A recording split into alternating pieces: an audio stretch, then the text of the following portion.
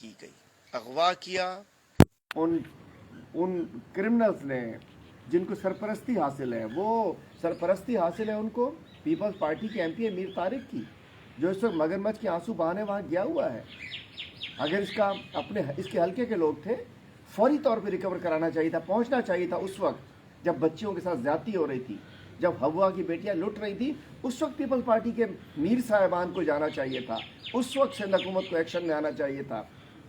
اس وقت سے سندھ حکومت کو غیرت آنی چاہیے تھی، لیکن کوئی نہیں، وہ بچیاں لٹتی رہیں اور اس کے بعد ریکور ہونے کے ان کی بات تو سنیں، اور اس کے بعد اب وہ ریکور ہو گئے ہیں۔ اس کو ہمیں بتایا گیا ہے، میری گھر والوں سے بات ہوئی ہے، ان کے ماموں سے بات ہوئی ہے، ان کے رشتہ داروں سے بات ہوئی ہے، ہماری تنظیم وہاں موجود ہے کہ وہاں ایم این اے فقیر بابلانی جو ہے، شیر محمد بابلانی کا کوئی رشتہ قریبی عزیز ہے، فقیر ہاشم، وہ ان کو دھمکیاں دے رہا ہے، بالکل کیس میں پیچھے نہ جانا، نہیں تو تمہارے گھر کی اور خواتین بھی ہیں۔ میں کہنا چاہتا ہوں اس سے بڑا دردناک واقعہ کیا ہوگا کہ تم مزید بالکل اس کیس کی پیروی نہ کرو، نہیں تو آپ کی اور بچیاں بھی محفوظ نہیں ہیں۔ پیپلز پارٹی کے ایم این اے فقیر شیر محمد بابلانی کا قریبی عزیز، مجھے گھر والوں نے بتایا، اور یہ ووٹرز کس کے ہیں؟ میر طارق ایم پی اے پیپلز پارٹی۔ میں کہنا چاہتا ہوں افسوسناک واقعہ، سب خاموش ہیں۔ میں اب پتہ چلا ہے نوکوٹ میں ان بیچاروں نے دھرنا دیا، راجپوت برادری نے، دھرنے کے بعد پولیس ایکشن میں آئی، پیپلز پارٹی کو کچھ غیرت آئی، مقامی جو ایم پی ایم این اے کو جا کے وہ منت کرا کے نکالا گیا۔ تو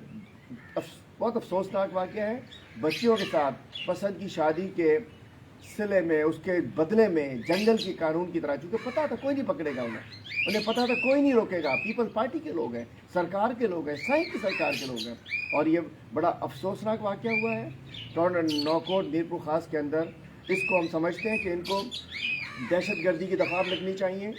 ان کو فوری طور پہ جو نامزد لوگ ہیں، انہیں 20 لوگ 10-12 لوگ گرفتار ہوئے، انہیں گرفتار ہونا چاہیے، جنہوں نے زیادتی کی ہے انہیں بھی پکڑا جانا چاہیے، حیات نوڈی جو ان کا سربراہ ہے وہاں کا، اس کو گرفتار ہونا چاہیے، میر طارق اس کی ذمہ داری قبول کرے، میر طارق پیپلز پارٹی کے ایم پی اے نے کیوں وقت پہ جا کے نہیں روکا، اور یہ فقیر شیر محمد بابلانی کا جو عزیز ہے، پیپلز پارٹی کے ایم این اے اس میں شامل، پیپلز پارٹی کے ایم پی اے کی سرپرستی، اور تبھی آج میں کہنا چاہوں سندھ میں ڈاکو راج ہے، سندھ میں جنگل کا قانون ہے، جس کو دل کرے اپنی عدالتیں لگائی ہوئی ہیں، اپنا انصاف کیا ہوا ہے، اور یہ پیپلز پارٹی کے لوگوں نے ایک